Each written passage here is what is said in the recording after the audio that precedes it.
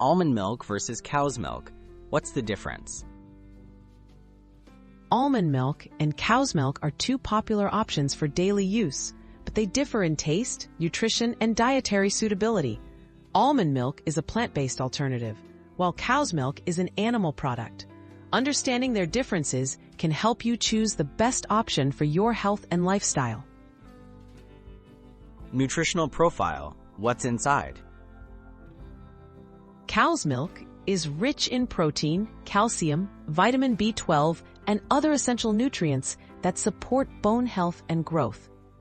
Almond milk is typically lower in calories and protein, but is often fortified with calcium, vitamin D, and vitamin E. The nutrients in almond milk can vary by brand, especially for unsweetened or enriched varieties. Calories and fat content. How do they compare? Almond milk, especially unsweetened varieties, contains fewer calories and less fat than cow's milk, making it a common choice for those watching calorie intake. Cow's milk is higher in both calories and saturated fat, particularly in whole milk.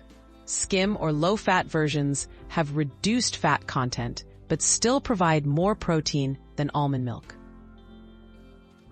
Dietary suitability. Which fits your needs?